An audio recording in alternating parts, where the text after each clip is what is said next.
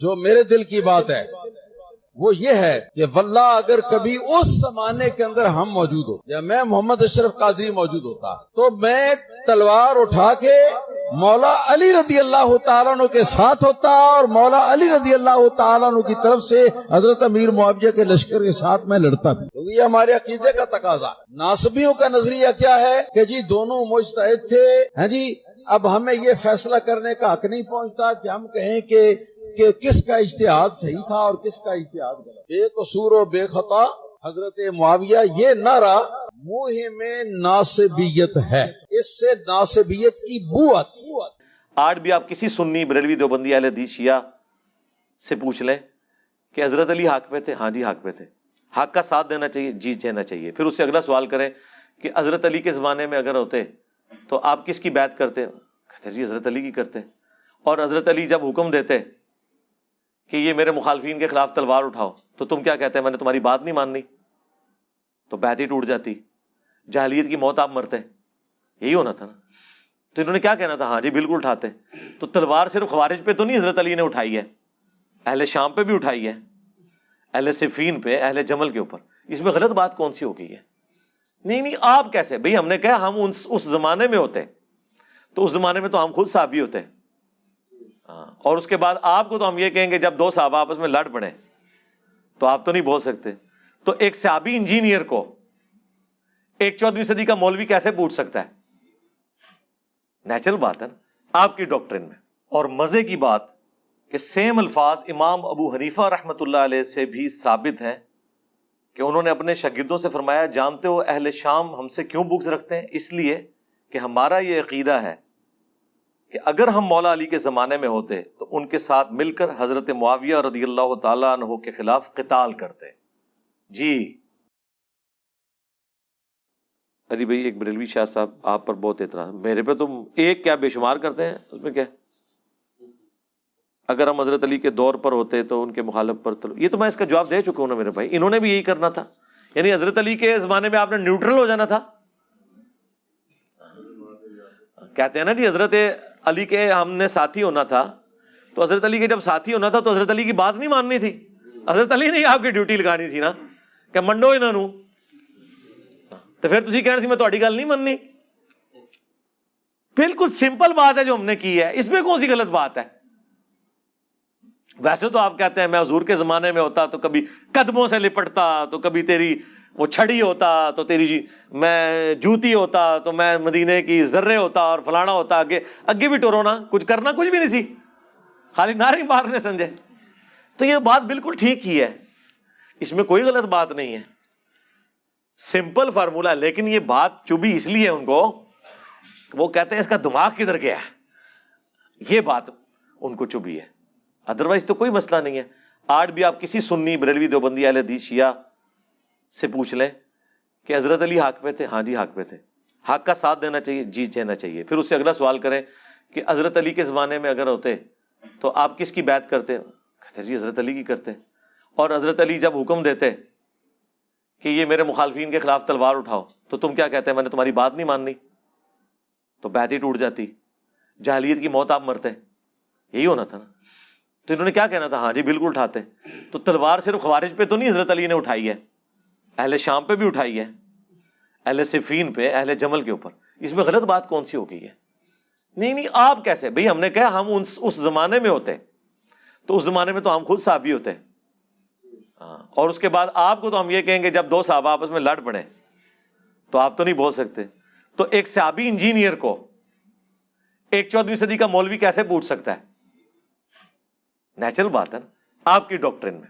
اور مزے کی بات کہ سیم الفاظ امام ابو حنیفہ رحمۃ اللہ علیہ سے بھی ثابت ہیں کہ انہوں نے اپنے شاگردوں سے فرمایا، جانتے ہو اہل شام ہم سے کیوں بغض رکھتے ہیں؟ اس لیے کہ ہمارا یہ عقیدہ ہے کہ اگر ہم مولا علی کے زمانے میں ہوتے تو ان کے ساتھ مل کر حضرت معاویہ رضی اللہ تعالیٰ عنہ کے خلاف قتال کرتے۔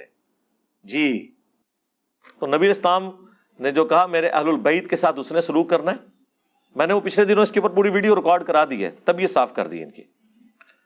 صحیح مسلم 7035 آف کیمرہ جواب دیں۔ نہیں جی میں نے آف کیمرہ وہی کہنا ہے جو ان کیمرہ کہنا ہے منافقین کے نام جب حضرت حذیفہ ابن یمان کو بتائے گئے تو عمار ابن یاسر کو بھی وہ نام نہیں پتا تھے.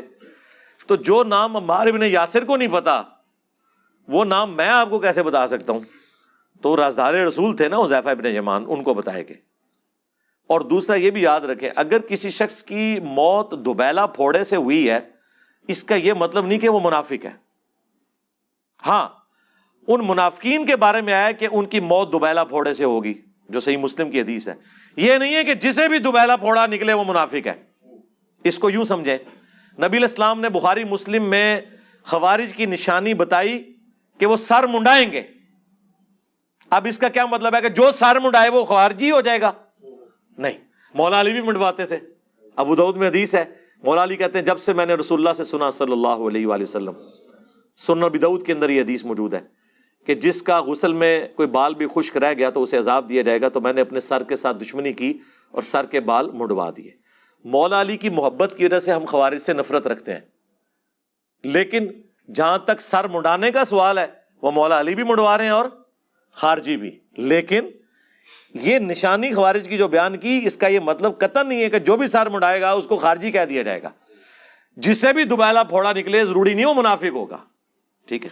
حذیفہ بن یمان کو نبی علیہ السلام نے فرمایا تھا جب فتنے ہوں گے تو آپ مسلمانوں کی جماعت یا امیر سے چمٹ جانا. جی جی بالکل یہی ہے نا جی. اور حضرت حذیفہ نے یہی نصیحت محمد بن حذیفہ اپنے بیٹے کو کی تھی. انہوں نے تو ساتھ یہ کہا تھا کہ جس طرف حضرت علی ہوں ان کے ساتھ ہونا. تو فتنوں کے دور میں جب امیر موجود ہو، تو بالکل جب خلفائے راشدین امیر کے طور پہ موجود تھے، ہم یہی کہتے ہیں کہ یہ حدیث اسپیسیفکلی ان کے اوپر فٹ ہوتی ہے کہ جب خلیفہ راشد موجود ہے تو انہیں اپنے 1.5 اینٹ کی مسجد یا پارٹی جتھا لادہ نہیں بنانا چاہیے تھا، مولا علی کی بیعت کرنی چاہیے تھی. اسی لیے مولا علی نے ان کے اوپر جنگیں مسلط کی، بلکہ وہ جنگیں تو حضرت علی پہ انہوں نے مسلط کی کیونکہ وجہ وہ بنے. حضرت علی نے تو قرآن کا حکم پورا کیا ہے کہ جب کوئی مسلمانوں کا گروہ بغاوت کرے تو اس کے خلاف قتال کرو. جی صحیح مسلم میں حدیث ہے جب ایک خلیفہ کی بیعت ہو جائے اور کوئی اور سر اٹھائے اسے قتل کر دو. ٹھیک ہے. اب یہ چیز یزید کے مقابلے پہ حسین پہ اس لیے نہیں لگتی کہ ہم یزید کی بیعت کو اسٹیبلش ہی نہیں مانتے. اس کی بیعت تو تلوار کے زور پہ لی گئی ہے، جبکہ حضرت علی کی بیعت کنسنسس کے ساتھ ہوئی ہے. حضرت علی کو انہی صحابہ نے خلیفہ چنا ہے جنہوں نے ابو بکر عمر عثمان کو چنا ہے. اور پھر جو بخاری میں تفصیلی حدیث ہے 3700 نمبر، جس میں حضرت عمر نے 6 رکنی کمیٹی بنائی تھی، علی، عثمان، طلحہ، زبیر، عبد الرحمن بن عوف اور سعد ابن ابی وقاص، اور کہا ان میں سے ایک کو خلیفہ چن لینا. اور اس میں سے بھی حضرت زبیر نے اپنا ووٹ حضرت علی کے حق میں ڈال دیا، حضرت طلحہ نے اپنا ووٹ حضرت عثمان کے حق میں ڈال دیا، حضرت سعد ابن ابی وقاص نے اپنا ووٹ حضرت عبد الرحمن بن عوف کے حق میں ڈال دیا. وہ 6 رکنی کمیٹی صحیح بخاری میں آتا ہے، پھر 3 رکنی رہ گئی. اور ان میں سے بھی عبد الرحمن بن عوف نے کہا کہ مجھے تو اس معاملے میں نہیں، میں پہلے 2 خلفاء کے ساتھ بھی وزیر تھا، تم میں سے بھی جو خلیفہ بنے میں اس کے ساتھ وزیر رہوں گا. پھر پیچھے حضرت علی عثمان رہ گئے اور عبد الرحمن بن عوف بن گئے جج. اور دونوں نے کہا کہ آپ جو فیصلہ کریں گے ہم مانیں گے. تو عبد الرحمن بن عوف رضی اللہ تعالیٰ انہوں نے کہا کہ پھر جب میں فیصلہ کروں گا پھر انکار کی گنجائش نہیں ہوگی. انہوں نے کہا ٹھیک ہے. تو انہوں نے کہا پہلے تو میں تمہیں والنٹیئرلی کہتا ہوں تم دونوں میں سے ایک خود بخود سٹیپ ڈاؤن ہو جائے تو دوسرے کو ہم خلیفہ چن لیتے ہیں. تو حضرت عثمان نے کہا کہ نہ میں ہوں گا، حضرت علی نے کہا میں بھی نہیں ہوں گا. اور یہ کوئی لالچ نہیں تھی، وہ یہ سمجھتے تھے دونوں کہ ہم مسلمانوں کی خدمت، انہوں نے اپنی کوئی ذاتیات تو نہیں کرنی تھی. یا جن کی پوری زندگی قربانیوں سے عبارت ہو انہیں کیا تکلیف ہے. حضرت یوسف علیہ السلام تو پیغمبر تھے، انہوں نے بادشاہ وقت کو کہا تھا کہ مجھے وزیر خوراک لگائیں، میں امین بھی ہوں اور اس معاملے کو بہتر طریقے سے چلا سکتا ہوں. تو آپ یہ کہیں گے حضرت یوسف لالچی تھے؟ نہیں، وہ سمجھتے تھے کہ میں اس کام کو بہتر چلا سکتا ہوں.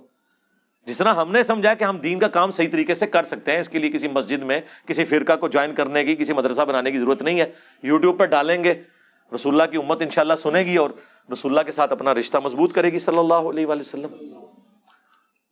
تو پھر حضرت عبد الرحمن بن عوف نے انٹرویوز لینے شروع کیے، لوگوں میں دیکھا کہ رائے عامہ کیا ہے، ڈیموکریسی، وہی بات، میجورٹی کس کے ساتھ ہے. میجورٹی کا موقف یہ تھا کہ حضرت عثمان کو خلیفہ چنا جائے. اس کی ریزن صرف ایک تھی کہ حضرت عمر کا دور بہت ڈسپلنڈ اور سخت تھا، اور حضرت علی کی طبیعت کا بھی انہیں پتا تھا کہ یہ ایک اور عمر ہم پہ مسلط ہو جائیں گے، تو انسانی طبیعت سختی تو برداشت نہیں کرتی. تو انہوں نے کہا اگر 2 بندے ہیں تو یہ سیف سائڈ ہے کہ حضرت عثمان نرم دل ہیں. پھر ان کی ایج بھی 72 ایئرس اس وقت آلموسٹ ہو چکی تھی، 70 کے قریب تھے، 70 پلس تھے. تو عبد الرحمن بن عوف نے پھر بھی مشورہ کرنے کے بعد حضرت عثمان کو سائڈ پہ لے کے گئے اور کہا کہ مجھے بتاؤ اگر میں علی کو خلیفہ نامینیٹ کر دوں تو کیا تم اس کی بیعت کرو گے؟ حضرت عثمان نے کہا ہاں کروں گا، کیونکہ جج مانا ہے تو ٹھیک ہے، تمہارا رائٹ ہے. پھر حضرت علی کو سائڈ پہ لے کے گئے کہ اگر میں عثمان کو خلیفہ بنا دوں، انہوں نے کہا میں بیعت کروں گا. یہ بخاری کی حدیث بڑی لمبی ہے، 3700. حضرت عمر کی شہادت کا جو واقعہ ہے وہ کچھ حصہ میں نے کربلا والے ریسرچ پیپر میں بھی ڈالا ہے، اور یہ پوری سٹوری کو میں نے 3-4 لائنوں میں نیچے سم اپ بھی کیا ہوا ہے نوٹ لکھ کے. پھر حضرت علی کو عبد الرحمن بن عوف نے کہا کہ لوگ حضرت عثمان کے برابر کسی اور کو اس وقت نہیں سمجھ رہے، تو میں حضرت عثمان کو خلیفہ چنتا ہوں. اور خلیفہ چننے کے بعد انہوں نے حضرت عثمان کے ہاتھ میں بیعت کی. تھوڑی دیر پہلے تو وہ جج تھے، اس کے بعد ظاہر ہے خلیفہ وقت کی بیعت بھی کرنی تھی، اور سب سے پہلے بیعت حضرت علی نے کی. حضرت ابوبکر کی بیعت میں وہ ایشو ہوا تھا 6 مہینے والا، بخاری مسلم میں آتا ہے، لیکن یہاں کوئی ایشو نہیں ہوا. حضرت علی نے بیعت کر لی تو پھر تو ذرا. اب مجھے بتائیں یہ 2 بندے جب بچ گئے تھے، ان میں سے جب ایک شہید ہو گیا، اس کے بعد پھر رائٹ کس کا تھا امت میں کہ وہ خلافت سنبھالتا؟ تو یہ کہنا کہ جی حضرت علی کو ان لوگوں نے خلیفہ چنا جو ان میں سے کچھ لوگ قاتلین عثمان بھی تھے، جی ایسے لوگ بھی تھے، اس لیے کہ ایک ہی بندہ تھا جس کے اوپر حضرت عثمان کے مخالفین بھی کہتے تھے کہ یہ بندہ اپرائٹ ہے، اور حضرت علی کے حامی بھی انہی کو اپرائٹ سمجھتے تھے. اس میں حضرت علی کی کون سی ایسی برائی والا معاملہ ہو گیا؟ آج اگر جسٹس فائز عیسیٰ کی تعریف عمران خان صاحب کر رہے ہیں اور یہ کہہ رہے ہیں ان کے خلاف کیس میں نے نہیں، مجھ سے کسی نے بنوایا تھا، مخالفین تو پہلے ہی کہتے ہیں وہ اپرائٹ جج ہے، تو اس کے اوپر آپ کسی کو ٹانٹ کریں گے؟ تو حضرت علی کو اگر اپرائٹ ان کے حامی اس وقت مانتے تھے اور مخالفین بھی کہتے تھے کہ ہاں یہ بندہ ہے، اور اس سے بڑھ کر وہ 6 رکنی کمیٹی میں آخر میں 2 بندوں میں وہی ایک بچے ہوئے تھے، تو میرے خیال میں تو ضرورت بھی نہیں تھی مشورے کی. لیکن اس کے باوجود آپ دیکھ لیں حضرت علی کی للہیت. اور یہاں میں ایک اور پوائنٹ کلیئر کر دوں. بعض لوگوں نے کہا جی آپ نے یہ جھوٹ حضرت علی پہ باندھ دیا ہے کہ حضرت علی نے پہلے بیعت کی ہے.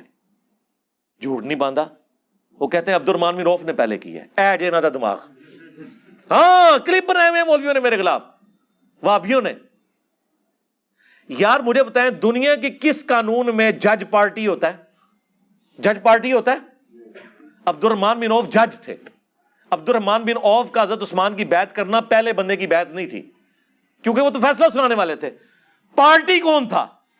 حضرت علی کو خلیفہ بنانے والے اور حضرت عثمان کو خلیفہ بنانے والے، یہ 2 پارٹیاں تھیں. تو سب سے پہلے بیعت پھر حضرت علی کی بنتی ہے. اور حضرت علی کا بیعت کرنا یہ میں نے اس لیے لکھا تھا کہ تاکہ کوئی غالی رافضی اعتراض نہ حضرت عثمان کی خلافت کے اوپر کہ حضرت علی نے اس کو ایکسیپٹ کیا، سب سے پہلے ایکسیپٹ کیا.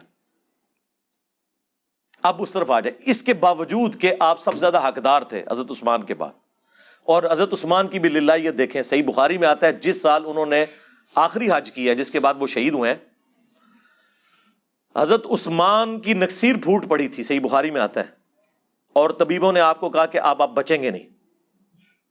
تو اس وقت کئی لوگوں نے زور لگایا کہ آپ نہ اپنا خلیفہ کسی کو بنا دیں.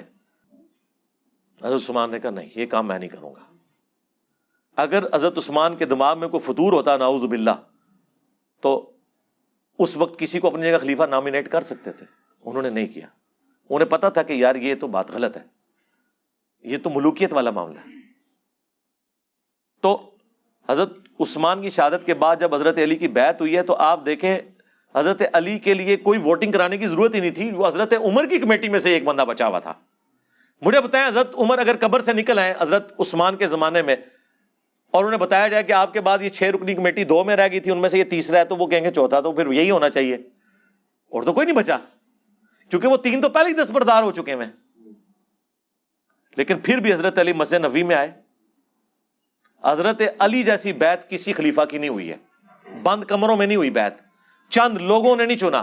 حضرت علی نے مسجد نبوی میں آگے خطبہ دیا, انہوں نے کہا یہ خلافت کا بوجھ میرے اوپر ڈال رہے ہیں. یعنی میری زبان میں آپ سمجھیں کہ کام تے وگاڑ بیٹھے نے بنو امیہ دے گورنر, ان میرے گاٹے فٹ کر لگے جے. میں اس حق میں نہیں ہوں کہ اس بار کو اٹھاؤں. تم طلحہ زبیر ان میں سے کسی کو خلیفہ چن لو, کیونکہ عبد الرحمن بن عوف تو فوت ہو چکے تھے حضرت عثمان کے دور میں. سعد ابن ابی وقاص ویسے ہی کوئی انٹرسٹ نہیں رکھتے تھے, وہی ایک اس کمیٹی میں سے تھے. یا سعید ابن زید تھے, ان کو تو حضرت عمر نے بھی کمیٹی میں شامل نہیں کیا عشرہ مبشرہ میں سے, کیونکہ وہ بہنوئی تھے حضرت عمر کے. ان میں سے کسی ایک کو خلیفہ چن لو. میں تینوں خلفاء کے ساتھ وزیر رہا ہوں, میں اس کے ساتھ بھی وزیر رہوں گا. لوگوں نے کہا نہیں حضرت, خود حضرت طلحہ زبیر یہ کہہ رہے ہیں کہ آپ کے لیول کا اس وقت کوئی ہے نہیں ہے کہ جو امت کو سنبھال سکے, کیونکہ جو مخالفین ہیں نا حضرت عثمان کے, وہ بھی آپ کے علاوہ کسی کے اوپر راضی نہیں ہوں گے. اندازہ کریں ان دنوں میں الموطا امام مالک میں, مصنف عبد الرزاق میں ملتا ہے, جب عید کی نماز کا وقت آیا تو حضرت علی عید کی نماز پڑھانے کے لیے نکلے. حضرت عثمان کو تو نہیں وہ نکلنے دیتے تھے, مسجد میں بھی انہوں نے قبضہ کیا ہوا تھا. حضرت علی کے پیچھے نماز وہ پڑھ لیتے تھے. ظاہر حضرت علی کا ایک سٹیٹس بھی تھا نا اہل البیت ہونے کی وجہ سے, اور پھر وہ مخالفین بھی, ان میں سے کئی صحابہ بھی تھے, اصحاب شجرہ بھی تھے. بہرحال جو ایکٹیویٹی ہوئی وہ تو غلط کی, ہم تو اس میں حضرت عثمان کے ساتھ ہیں الحمدللہ. بہرحال حضرت علی نے اس وقت کہا کہ میں تینوں کے ساتھ رہوں, چوتھے کے ساتھ بھی رہوں گا.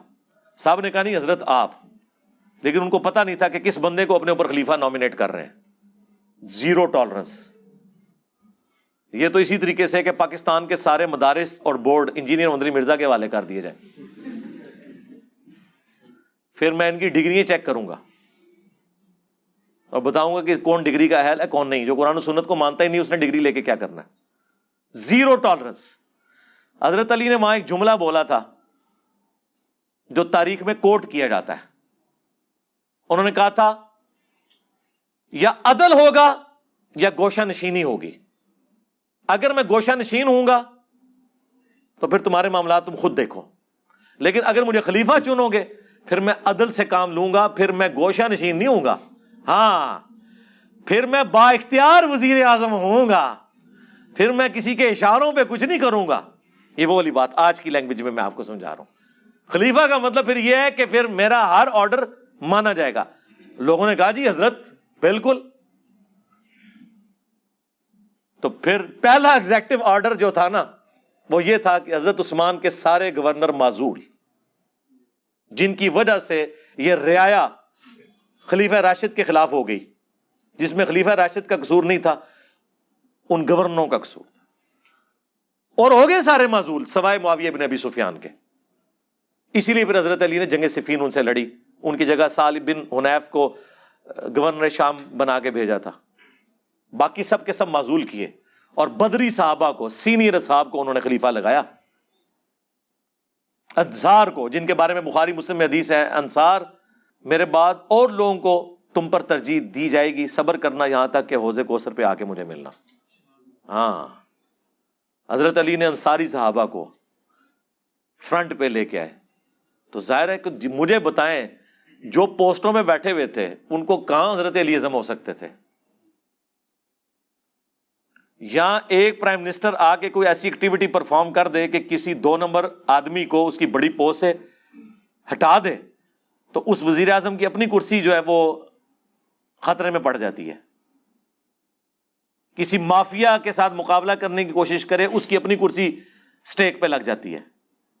لیکن اس زمانے میں چونکہ بیعت والا سلسلہ تھا, وہاں تو پھر یہ نہیں تھا ہوتا سلسلہ. حضرت علی پھر دنیا اور آخرت میں امام ہوتے تھے ان کے. ہاں, اسی لیے کسی نے چون چرا نہیں کی, چپ کر کے سب کے سب معزول ہو گئے. ایک نے کی, حضرت علی پھر پہنچ کے اس کو کچلنے کے لیے, وہ تو انہوں نے قرآن نیزوں پہ اٹھا لیے. وہ پوری تحکیم کا ایشو ہوا, وہ ویڈیو ریکارڈ ہو چکی ہے, انشاءاللہ تعالی کچھ دنوں میں انشاءاللہ اپلوڈ ہو جائے گی. ہم نے, اور جس طریقے سے انہوں نے کیا, ورنہ تو کام تو ہو گیا تھا. مالک اشتر تو امیر شام کے خیموں تک پہنچ چکے تھے, بس ایک نعرہ حیدری رہ گیا سی. ٹھیک ہے. تو یہ اس طرح کے جو معاملات ہوتے ہیں نا میرے بھائی, وہ بات کہاں سے کہاں چلی تھی, میں پتہ نہیں کہاں سے کہاں چلا گیا. ہاں, تو یہ خلیفہ وقت جب موجود ہوتا ہے نا اس وقت ہے. ان جماعت سے مراد جماعت المسلمین کا امیر نہیں ہے، اس سے مراد ہے مسلمانوں کی امارت جس کے پاس بیعت کے ساتھ ہو اس کے ساتھ ہے۔ یہ پارٹیوں کے امیر، اس سے مراد نہ جماعت اسلامی کا امیر ہے، نہ تبلیغی جماعت کا امیر ہے، نہ جماعت المسلمین کا امیر ہے، نہ دعوت اسلامی کا امیر ہے، نہ پی ٹی آئی کا امیر ہے، نہ JUIF کا امیر ہے، نہ نون لیگ کا امیر ہے۔ اس سے مراد ہے مسلمانوں کا اوورآل جو اس وقت خلافت اسٹیبلش نہیں ہے۔ اور پھر بھی اگر کسی کو سمجھ نہیں آتی اور سمجھتا ہے کہ نہیں یہ لازمی ہے، تو ان سے پوچھیں کہ جب واقعی صحیح امیر اور خلیفہ دنیا میں موجود تھا، جن لوگوں نے ان کی بیعت نہیں کی ہے وہ جاہلیت کی موت نہیں مرے؟ ٹائم قیامت تک یہ جواب دینا۔ اور واقعی یہاں جتنے جماعت المسلمین والے آئے ہیں نا، وہ پھر میری کرامت ہے، میں کہا تسی مڑ کے انہیں تھے آنا ہی نہیں، پتھر ہو جاؤ گے کہ منو حکم چاہیے امیر شام دے بارے کہ جنہیں واقعی خلیفہ وقت دی بیعت نہیں کی تو وہ جاہلیت کی موت نہیں مرا۔ اور اگر وہ نہیں مرے نا اوریجنل خلیفہ کی بیعت نہ کر کے، تو تواڈے جعلی خلیفہ، تواڈے جعلی امیر، انہوں نے نہ مان کے اسی کوئی جاہلیت کی موت نہیں پہ مردے، جنہوں نے اوریجنل نو نہیں منیا۔ ٹھیک ہے، اور اس میں وہ ظہور احمد فیضی صاحب کی بات ایڈ کروں گا، انہوں نے بڑی پیاری بات کی، خود بریلوی عالم ہے، انہوں نے بریلویوں کو پھکی دی کہ تم لوگ کہتے ہو کہ جو شیخ عبد القادر جیلانی کا پاؤں اپنی گردن پہ نہ مانے وہ اللہ کا ولی نہیں ہے، جو ان کی بیعت کا پٹا اتار دے وہ اللہ کا ولی نہیں ہے، کیونکہ تمام اولیاء کی گردن پہ ان کا پاؤں ہے۔ جو انہوں نے کہانی بنائی ہوئی ہے وہ قصیدہ غوثیہ میں بھی لکھی ہوئی ہے، ہم تو نہیں مانتے۔ انہوں نے کہا کہ جو عبد القادر جیلانی کی بیعت نہ کرے، ان کا پاؤں اپنی گردن پہ نہ مانے، اس کو کہتے ہو کہ تمہاری گردن پہ خنزیر کا پاؤں اور تو مردود بارگاہ۔ اور جو مولا علی کی بیعت نہ کرے، الٹا ان کے خلاف تلوار اٹھائے، او دی گردن ہوتے کس خنزیر دا پیر، وہ تو سوراں دا سور کوئی ہونا چاہیے، کسی وابی دا پیر ہونا چاہیے۔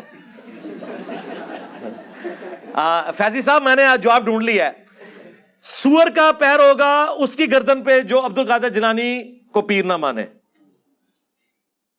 اور جو عبد القادر جیلانی کے پیروں سارے پیروں کا پیر مولا علی ہے، جو اس کی بیعت نہ کرے اس کی گردن پہ وابی کا پاؤں، کیونکہ ہمارے بابا جی کہا کرتے تھے اس سوراں دے سور نے۔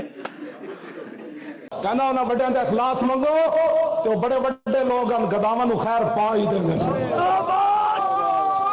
چلو جی چلیے، او بھابیاں دی اذان اے تے کڑا دے اے تے سور دے سور چل چلیے۔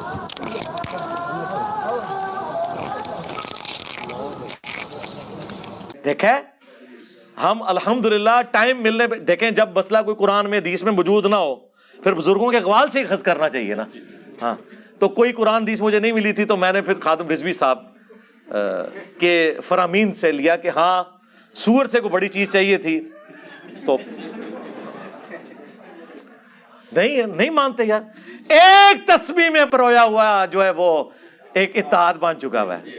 ہمارے مطالبات آپ کے سامنے ہیں، ہم آپ کو بارہا یہ کہہ چکے ہیں کہ اہل حدیث دیوبندی اور بریلوی اتحاد ایک تسبیح کی طرح ہو چکا ہے، ایک قوت اور طاقت بن چکا ہے۔ تو تسبیح بھی جڑا وڈے والا دانا سی نا، ظاہر باقی تو چھوٹے چھوٹے نے نا، سب سے بڑا بریلوی اوڑا تھلے مراب ہوتا ہے نا، یہ بریلوی نے، ہاں باقی تو بیچارے چھوٹے چھوٹے دانے نے، بلکہ وہ 33 کے بعد ایک جو دانا آتا ہے نا چھوٹا سا، وہ وابی نے، ٹھیک ہے، وہ تو ہے ہی تھوڑے نے نا۔ تو ایک تسبیح میں پرویا ہوا۔ چلیے بھائی ایک اس پہ کلیریفائی مزید کر دیں، آپ نے ڈیٹیل بتائی نا، جو حضرت عبد الرحمن بن عوف رضی اللہ عنہ کے جج بننے کا آپ نے بتایا نا سر، اس میں ایک روایت پیش کی جاتی ہے کہ حضرت عبد الرحمن بن عوف رضی اللہ عنہ نے بطور جج فرمایا کہ آپ دونوں میں سے یہ شرط ہوگی کہ آپ سیرت شیخین پہ چلیں گے، سنت شیخین پہ۔ تو حضرت مولا علی علیہ السلام نے فرمایا کہ میں صرف سنت رسول پہ چلوں گا۔ یہ صرف ایسی مطلب ایک ہوائی روایت ہے یا کوئی حدیث ہے؟ بخاری میں تو الفاظ موجود نہیں ہیں، لیکن باقی کتابوں میں ہے ایسی بات، تو یہ کوئی غلط بات تو انہوں نے نہیں کی تھی۔ سیرت شیخین پہ چلنا تو ضروری نہیں تھا نا، سیرت شیخین پہ چلتے تو اجے تمتع پہ بندی لگا دیتے۔ تو حضرت علی کا کہنا یہ تھا کہ میں اس چیز کا پابند نہیں ہوں کہ اگر انہوں نے کوئی اپنے زمانے میں ایسے ڈیسیژن کیے تو میں انہیں کنٹینیو کروں۔ یہ بات تو آپ حضرت ابو بکر عمر کے سامنے بھی رکھیں تو وہ بھی یہی کہیں گے، انہوں نے کب کہا کہ آپ نے ہماری سیرت پہ عمل کرنا ہے، ٹھیک ہے۔ یہ تو میرے جیسا ایک بندہ جو گناہگار آدمی ہے، آپ مجھے آگے کہنا کہ جی میں نے آپ کے اوپر نہیں چلنا، میں نے قرآن و حدیث کے مطابق چلنا ہے، تو مجھے تو برا نہیں ماننا چاہیے، قرآن و سنت کو لے کے چلنا ہے نا۔ تو یہ ریزن نہیں تھی جو وہ لوگ کہتے ہیں نا کہ وہ حضرت علی چونکہ ایک تھوڑے ہارڈ لائنر تھے، تو اس وجہ سے لوگ ڈرتے تھے کہ جی شاید کچھ اور ہی نہ ہو جائے مسئلہ. اگر یہی مسئلہ ہوتا تو چوتھے خلیفہ بھی نہ ان کو لوگ مننے دیتے. یہ وجہ نہیں تھی. وجہ وہی تھی جو میں نے آپ کو بتائی ہے. اور یہ غیر مسلم لکھتے ہیں اسلامی تاریخ میں کہ اگر حضرت عمر کے بعد حضرت علی کو خلیفہ چن لیا جاتا تو مسلمانوں کو ایک عمر اور مل جاتا. یہ غیر مسلموں نے اسلامک ہسٹری کے اوپر کامنٹس کیے ہوئے ہیں. ٹھیک ہے. تو بیسیکلی وجہ وہی تھی کہ وہ حضرت عمر والی سختی کو کنٹینیو نہیں رکھنا چاہتے تھے.